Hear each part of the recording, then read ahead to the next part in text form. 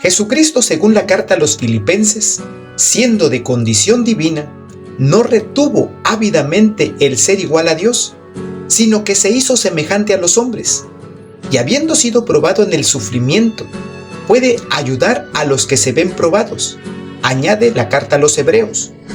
La respuesta que Jesús da al tentador son 3 citas del Deuteronomio que recuerdan 3 acontecimientos de la permanencia de Israel en el desierto.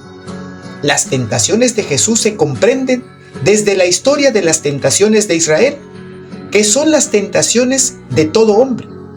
Jesús asume en su persona a Israel para integrarlo en su fidelidad a Dios. En los 3 evangelios sinópticos, las tentaciones de Jesús siguen a la narración del bautismo en el Jordán. En el bautismo, el cielo cerrado se abre y Jesús ve el Espíritu Santo descender sobre él. El tiempo del Éxodo y de los profetas retornan porque el Espíritu es dado a Jesús. La voz que se siente, tú eres mi hijo predilecto, en ti me complazco, evoca a Isaac, el hijo predilecto, el hijo obediente que es atado sobre la leña, y contempla, según la tradición hebrea, los misterios de Dios.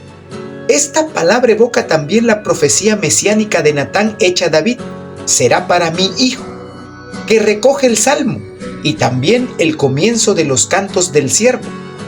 Jesús, el Hijo amado del Padre, bautizado en el Jordán, como Israel atravesando el Mar Rojo, recibe el Espíritu para entrar en el desierto como siervo que cumple una misión: llevar a cumplimiento las esperanzas mesiánicas en la obediencia y sacrificio prefigurado en Isaac.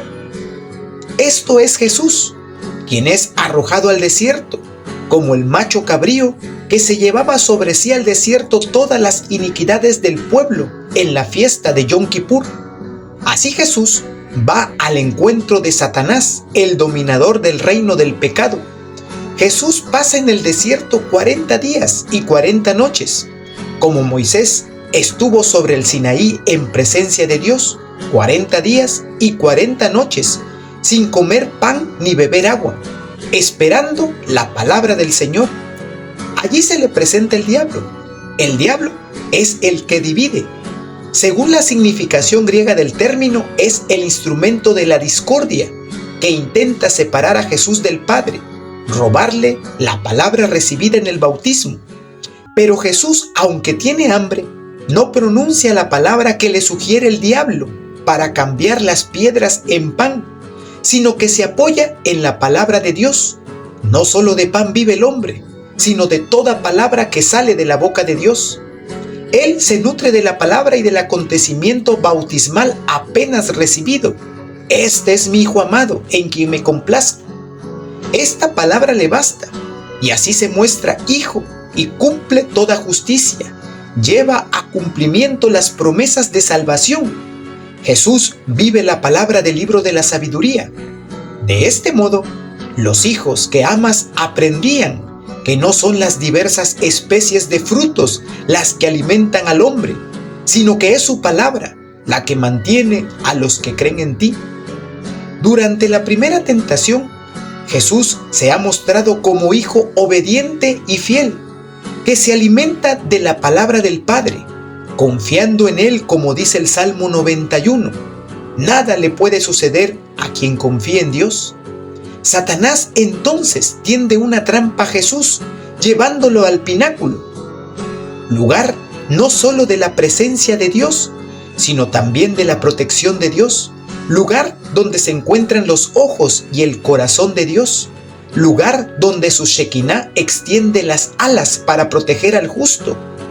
H. Reisenfeld, recogiendo la tradición hebrea sobre la Shekinah, comenta: hay razones suficientes para suponer que el simbolismo de la segunda tentación exprese que Jesús ha sido tentado de hacerse llevar por la Shekinah de Dios, que moraba en el templo de Jerusalén. Como la Shekinah llevaba al pueblo en el desierto, esto lo confirma la cita del Salmo 91. Sobre el pináculo del templo, el diablo le propondrá: si eres hijo de Dios, manifiéstalo. Tírate de lo alto del templo. Las alas protectoras de Dios te custodiarán mediante sus ángeles. Así todos sabrán que eres el Mesías esperados y acogerán tu mensaje.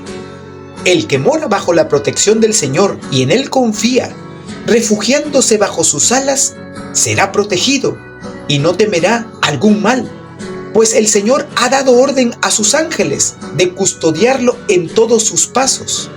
La respuesta de Jesús se mantiene fiel. No tentará a Dios como el pueblo en el desierto. No necesita signos maravillosos para confiar en Él. La historia, según el plan del Padre, es buena, aunque pase por el desierto, por la insignificancia de proceder de Nazaret, y no sea escriba o sacerdote de Jerusalén. Es buena, aunque pase por la cruz. En lugar de la gloria que le proponía, se sometió a la cruz sin miedo a la ignominia y está sentado a la diestra del trono de Dios. En la cruz lleva a cumplimiento el Éxodo. En el bautismo, Jesús ha sido consagrado Mesías, hijo de David, llamado a inaugurar el reino de Dios. Satanás, en la tercera tentación, le propone su ayuda como dominador del mundo, diciéndole: te ofrezco riqueza, poder y gloria. Jesús, realmente Rey, rechaza la tentación de Satanás, tantas veces propuestas en el entusiasmo de las gentes y hasta de sus discípulos. Su reino no es un reino de dominio terreno fundado en la violencia y el compromiso con los poderes de este mundo. Su corona será una corona de espinas y su trono será la cruz. Jesús acepta el camino que el Padre le muestra, el del justo que entrega la vida para inaugurar el reino del amor, el reino de Dios. Apártate de mí, Satanás, porque está escrito: al Señor tu Dios adorarás y solo a Él darás culto.